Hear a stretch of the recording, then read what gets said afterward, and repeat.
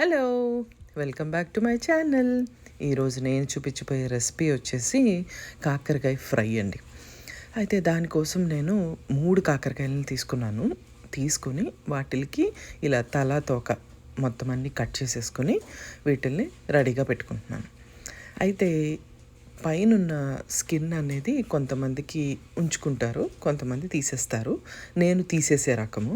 ఎందుకంటే అది ఇంకొంచెం ఎక్కువ చేదుగా ఉంటుంది. అందుకనే మొత్తం అంతా క్లీన్ చేసేసుకొని వీటిల్ని వాష్ చేసేసుకుంటాను. ఈలోపు స్టవ్ మీద ప్యాన్ పెట్టుకొని, మీరు ప్యాన్ ఫ్రైయే చేసుకుంటారో డీప్ ఫ్రైయే చేసుకుంటారో ఆయిల్ పెట్టుకోండి. ప్యాన్ ఫ్రై అయితే బెటర్ ఆప్షన్ అండి. అదేంటో మీకు తర్వాత చెప్తాను. ఆ ఆయిల్ వేడెక్కే లోపు మనం ఆల్రెడీ కాకరకాయల్ని క్లీన్ చేసి పెట్టుకున్నాం కదా, వాటిల్ని నేను ఇలాగా సన్నగా చక్రాల్లాగా కట్ చేసుకుంటాను. ఇలా మొత్తం 3 అన్నీ చక్కగా కట్ చేసేసుకుని రెడీగా పెట్టుకుంటాం అన్నమాట, ఆ నూనె వేడెక్కే వరకు.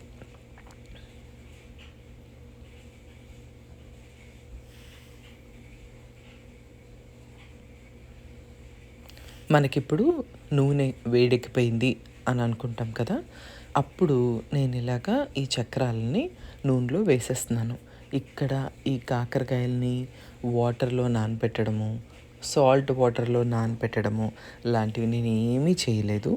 డైరెక్ట్గా వాష్ చేసేసి స్లైసెస్గా కట్ చేసేసి ఆయిల్ బాగా హీట్ ఎక్కినాకే వేయాలి.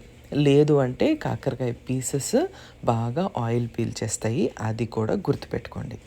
సగం ఫ్రై అయినాక మనం తిరగేసుకుంటాం, అది అందరూ చేసేదే. సో నేను కూడా అలానే చేస్తున్నాను. వీటిల్ని కొంచెం క్రిస్పీగా అయ్యేంత వరకు ఈ కాకరకాయ ముక్కల్ని ఫ్రై చేసుకోండి. సన్నగా కోసుకుంటే ఫాస్ట్గా ఫ్రై అవుతాయి, లావుగా కోసుకుంటే ఎక్కువ నూనె పీల్స్తాయి. అండ్ అది కాకుండా నూనె వేడెక్కకుండా వేసినా కూడా ఎక్కువ నూనె పీల్చేస్తాయి. అదే చూసుకొని మీరు జాగ్రత్తగా ఈ కాకరకాయ ముక్కలన్నిటిని ఫ్రై చేసుకొని, నావి ఆల్రెడీ ఫ్రై అయిపోయినాయి. ఇప్పుడు నేను వాటిల్ని తీసి పక్కకు పెట్టేసుకుంటున్నాను అనమాట. పక్కకు పెట్టేసుకొని నెక్స్ట్ ఇంకా నాకు చాలా పీసెస్ ఉన్నాయి కాబట్టి వాటిలన్నిటిని నేను కంటిన్యూ చేస్తాను. Same process. ఫస్ట్ టైం దానికన్నా సెకండ్ టైంది చాలా ఫాస్ట్గా వేగిపోతాయి, ఇది కూడా గుర్తుపెట్టుకోండి. అవి వేగుతూ ఉంటాయి. నేను మీకు మీడియం సైజ్ ఉల్లిపాయ అనుకోండి, నేనైతే ఒక పెద్ద ఉల్లిపాయలో సగం కట్ చేసుకొని, ఈ ఉల్లిపాయల్ని చిన్న చిన్న పీసెస్లా నేనేం కట్ చేయను, స్లైసెస్ లాగా కట్ చేస్తాను. ఎందుకు అంటే ఇవి అన్నంలో మనం కలుపుకునేటప్పుడు కాస్త అన్నం కూడా మంచిగా కలుస్తుంది అనమాట. చిన్న చిన్న పీసులుగా కట్ చేస్తే మాత్రం పెద్దగా కలవదు, ఇలా అయితేనే బాగా కలుస్తుంది. అందుకని నేను స్లైసెస్గా కట్ చేసుకుని వీటిల్ని కూడా రెడీగా పెట్టుకుంటాను. నేను చెప్పే అన్నిటికి నేను మళ్ళీ వాటికి సీక్వెన్స్లో కూడా చెప్తా ఉంటాను వీడియోలో. సో మీరు వీడియోని బాగా కంప్లీట్గా ఫాలో అవ్వండి. ఇప్పుడు నేను ఈ కాకరకాయ ఫ్రైకి వెల్లుల్లిపాయలు అనేది చాలా ఇంపార్టెంట్ అండి. ఇప్పుడు ఈ దంచుడు ప్రోగ్రాం అనమాట. ఎందుకు అంటే వాటికి పొట్టు చాలా ఈజీగా రావాలి అంటే వెల్లుల్లిపాయని ఒకసారి దంచితే ఆటోమేటిక్గా ఆ పైన పొట్టు అనేది వచ్చేస్తుంది. సో నేను చూపించినట్టు వచ్చేస్తుంది. ఇప్పుడు వాటి తోలు తీసే ప్రోగ్రాం అనమాట. సో మొత్తం అంతా వాటికి ఉన్న స్కిన్ అంతా రిమూవ్ చేసేస్తున్నాను. దాన్ని నేను చిన్న చిన్న ముక్కలు కట్ చేయను, ఆల్రెడీ మనం దంచాం కాబట్టి పర్వాలేదు, అంత బాగానే ఉంటుంది. ఇప్పుడు నా సెకండ్ బ్యాచ్ కాకరకాయ ఫ్రై కూడా అంతా రెడీ అయిపోయిందండి.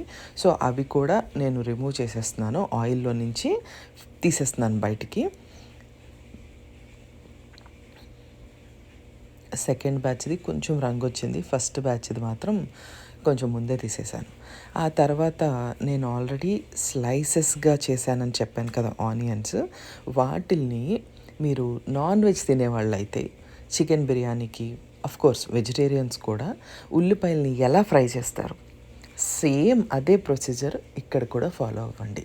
అందుకే నేను స్లైసెస్గా కట్ చేసుకుంటే అవి చక్కగా మనం అన్నంతో తినేటప్పుడు మనకి కలుపుకోవడానికి బాగుంటుంది, తినడానికి కూడా చాలా బాగుంటుంది. చిన్న చిన్న పీసెస్గా కట్ చేస్తే ఈ ప్రొసీజర్కి అంత టేస్ట్ బాగోదు. ఇప్పుడు చక్కగా నేను అనుకున్నట్టు మీరు నాన్ వెజ్లకి బిర్యానీలకి ఎట్లా అయితే చేసుకుంటారో ఆ కలర్ వచ్చినాయి. అందుకే నేను వీటిని తీసి పక్కకు పెట్టేస్తున్నాను ఇప్పుడు. ఇప్పుడు అయిపోయింది కదా. సో చాలా ఆయిల్ ఎక్కువ అనిపించిందండి. ఇప్పుడు నేను చెప్పింది ఏంటంటే డీప్ ఫ్రై కోసం ఆయిల్ ఎక్కువ వేస్తే వేస్ట్ అవుతుంది. అందుకని కొంచెం ప్యాన్ ఫ్రై లాగా వేసుకొని ఆయిల్ తక్కువ వేసుకోండి. అక్కర్లేదనుకుంటే తీసి పక్కన పెట్టచ్చు. అదనమాట. ఇప్పుడు ఈ ఆల్రెడీ నూనె వేడెక్కిపోయి ఉంది కాబట్టి దాంట్లో ఎండుమిరపకాయలు, జీలకర్ర, ఆవాలు, శనగపప్పు, ఇంకా మినపప్పు ఇవన్నీ వేసేసుకొని వీటిల్ని ఖచ్చితంగా మంచి కలర్ వచ్చేంత వరకు ఫ్రై చేయాల్సిందే. లేదంటే కూర టేస్ట్ అంతా పాడైపోతుంది. అది కూడా గుర్తుపెట్టుకోండి. ఇది చాలా ఇంపార్టెంట్ స్టెప్. ఎవరికైనా నూనె తక్కువ ఉంది అని అనుకుంటే మాత్రం కంటిన్యూ చేసుకోండి. నాకు కొంచెం ఎక్కువైందని అనిపించింది. అండ్ ఆ నూనె వేరే వాటికి కూడా వాడుకోవచ్చు. ఇప్పుడు నాకు కరెక్ట్గా నేను అనుకున్నట్టు అన్నీ ఫ్రై అయిపోయినాయి. ఇప్పుడు ఆల్రెడీ దంచి పెట్టుకున్న వెల్లుల్లిపాయలు ఉంటాయి కదండి, ఎక్కువ వేసుకోవడానికి ట్రై చేయండి. కాకరకాయకి వెల్లుల్లిపాయలు, దాంతోపాటు కరివేపాకు కూరకి టేస్ట్ చాలా ఎక్కువ వస్తుంది. సో ఎక్కువ వేసేసుకున్న తర్వాత ఆ వెల్లుల్లిపాయలు కూడా నీట్గా నైస్గా పోపులతో పాటు ఫ్రై అవ్వాలి. దాంట్లో నుంచి మనకి మంచి స్మెల్ వస్తుంది. అప్పుడు ఇంకా మన లాస్ట్ సూపర్ హీరో ఇంగ్రీడియంట్ కరివేపాకు. ఆ కరివేపాకుని మాత్రం కొంచెం ఎక్కువ వేసుకోండి. దాని స్మెల్, దాని టేస్ట్ ఇంకా ఏది బీట్ చేయదు. అందుకని నేను ఇప్పుడు కరివేపాకు కూడా వేసేసాను. ఈ కరివేపాకు మనకి వెంటనే ఫ్రై అయిపోతుంది కదా. సో ఫ్రై అయిపోగానే ఇంక ఇప్పుడు మనం ఏం చేయాలంటే ఈ కర్రీకి మెయిన్ స్టెప్ అనమాట. సో అది చేసేద్దాము.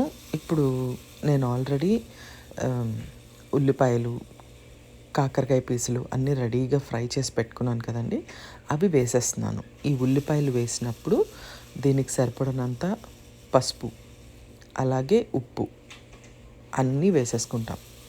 వేసేసుకుని ఒక్కసారి వీటిని బాగా కలిపేసుకుని ఆ తర్వాత కారం, నేనైతే గుడ్డు కారం యూస్ చేస్తున్నానండి.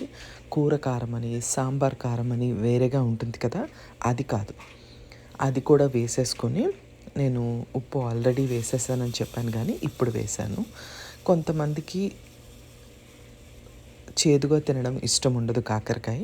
అలాంటి వాళ్ళు మిస్ చేయకుండా బెల్లం అనేది వేసుకోండి. గడ్డలుగా వేయద్దు.